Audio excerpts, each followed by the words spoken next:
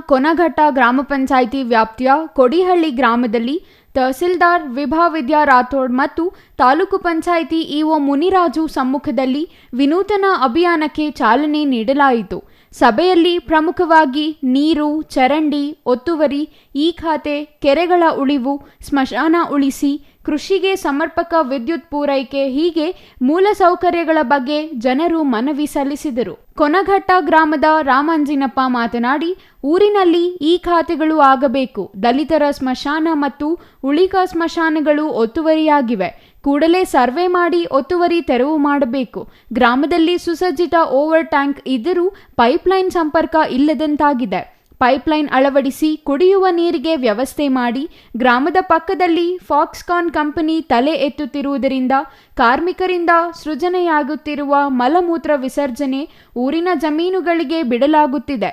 ಆಶ್ರಯ ಯೋಜನೆಯಡಿ ಮನೆಗಳನ್ನು ಹಂಚಿಕೆ ಮಾಡಲು ಗ್ರಾಮದಲ್ಲಿನ ಗೋಮಾಳ ಜಮೀನಿನನ್ನು ಕೆಐಎಡಿಬಿಯಿಂದ ಹಸ್ತಾಂತರ ಮಾಡಿಕೊಡಿ ಎಂದರು. ಸಂಬಂಧಪಟ್ಟ ಅಧಿಕಾರಿಗಳಿಗೆ ಸೂಚಿಸುವುದಾಗಿ ಹೇಳಿದ ಶಾಸಕ ಧೀರಜ್ ಮುನಿರಾಜು ಅವರು, ಕೊನಘಟ್ಟ ಆರೋಗ್ಯ ಕೇಂದ್ರವನ್ನು ಪ್ರಾಥಮಿಕ ಆರೋಗ್ಯ ಕೇಂದ್ರದಿಂದ ಸಮುದಾಯ ಆರೋಗ್ಯ ಕೇಂದ್ರಕ್ಕೆ ಮೇಲ್ದರ್ಜೆಗೇರಿಸಲು ಕ್ರಮ ಜರುಗಿಸಲಾಗಿದೆ. ಇಲ್ಲಿನ ಪ್ರೌಢಶಾಲೆ ಅಭಿವೃದ್ಧಿ ಮಾಡಿ ಉತ್ತಮ ಶಿಕ್ಷಣಕ್ಕೆ ಒತ್ತು ನೀಡಲಾಗಿದೆ ಎಂದರು. ಕೊನಘಟ್ಟ ಗ್ರಾಮ ಪಕ್ಕದ ಸೊಣ್ಣಪ್ಪನಹಳ್ಳಿ ಗ್ರಾಮವನ್ನು ಕೆಐಎಡಿಬಿ ವಶಪಡಿಸಿಕೊಳ್ಳುವ ವದಂತಿ ಹಬ್ಬಿರುವುದನ್ನು ಪ್ರಸ್ತಾಪಿಸಿದ ಗ್ರಾಮಸ್ಥರು ಕೆಐಎಡಿಬಿ ವಶಕ್ಕೆ ಪಡೆಯದಂತೆ ಕ್ರಮ ಜರುಗಿಸಿ ಎಂದು ಒತ್ತಾಯಿಸಿದರು. ಜನರು ಹೋರಾಟಕ್ಕೆ ಧುಮುಕಿದರೆ ನಾನು ಪ್ರತಿಭಟನೆಯಲ್ಲಿ ಭಾಗಿಯಾಗಿ ಕೆಐಎಡಿಬಿ ವಿರುದ್ಧ ನಿಲ್ಲುತ್ತೇನೆ ಎಂದರು.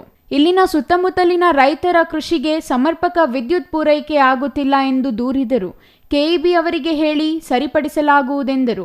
ಮುಖ್ಯವಾಗಿ ಗ್ರಾಮಕ್ಕೆ ಸಂಪರ್ಕಿಸುವ ರಸ್ತೆಯನ್ನ ಡಾಂಬರೀಕರಣ ಮಾಡಿ ಎಂದು ಒತ್ತಾಯಿಸಿದರು. ತಾಲೂಕಿನ ಜನತೆಯ ಸಮಸ್ಯೆಗಳನ್ನು ಕೇಳಲು ಜನರಿದ್ದಲ್ಲಿಗೆ ತೆರಳಿ ಆಲಿಸಿ ಸಮಸ್ಯೆಗಳಿಗೆ ಪರಿಹಾರ ಕಲ್ಪಿಸುವ ಉದ್ದೇಶದಿಂದ ಜನಕ್ಷೇಮ ಸಂಕಲ್ಪ ಅಭಿಯಾನ ಆರಂಭಿಸಲಾಗಿದೆ. ಈ ಅಭಿಯಾನ ಪ್ರತಿ ತಿಂಗಳು ಒಂದೊಂದು ಪಂಚಾಯಿತಿ ವ್ಯಾಪ್ತಿಯಲ್ಲಿ ನಡೆಯಲಿದ್ದು, ಆಯಾ ಪಂಚಾಯಿತಿ ವ್ಯಾಪ್ತಿಯ ಜನತೆ ಭಾಗವಹಿಸಿ ಅಹವಾಲು ಸಲ್ಲಿಸಬಹುದಾಗಿದೆ. ತಾಲೂಕು ಆಡಳಿತ ಕೂಡ ಭಾಗಿಯಾಗಲಿದೆ. Mahesh, CTV news, Doddaballapura.